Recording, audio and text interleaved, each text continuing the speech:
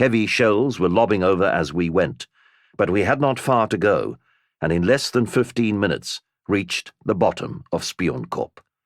Here stood hundreds of saddled horses in long rows, and we looked up at an arresting sight. The Boer counterattack had started shortly before. 800 or 900 riflemen were climbing up the steep side of the hill in the face of a close-range fire from the English troops who had established themselves on the flat summit overnight. Many of our men dropped, but already the foremost were within a few yards of the rocky edge which marked the crest, and soldiers were rising from behind their cover to meet the final rush. For a moment or two there was confused hand-to-hand fighting, and then the combatants surged over the rim onto the plateau beyond, where we could no longer see them. We watched until our men passed out of view, and then, recovering ourselves, dismounted, and tying our horses with the rest, hurried up in the wake of the attack.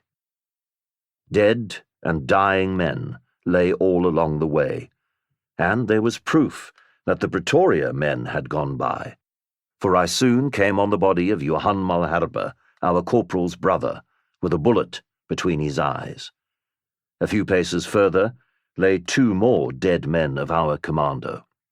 Further on, I found my tentmate, poor Robert Reinecker, shot through the head, and not far off, Eldevilliers of our corporalship lay dead.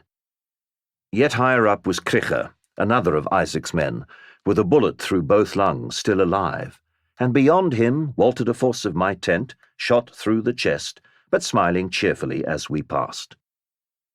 Apart from the Pretoria men, there were many other dead and wounded, mostly Carolina burghers from the eastern Transvaal, who formed the bulk of the assaulting column. Spionkop, although steep, is not very high on the northern slope where we went up, and it did not take us long to reach the top. Here we found that the advance had got no further than the fringe of loose rocks that runs like a girdle around the upper tableland.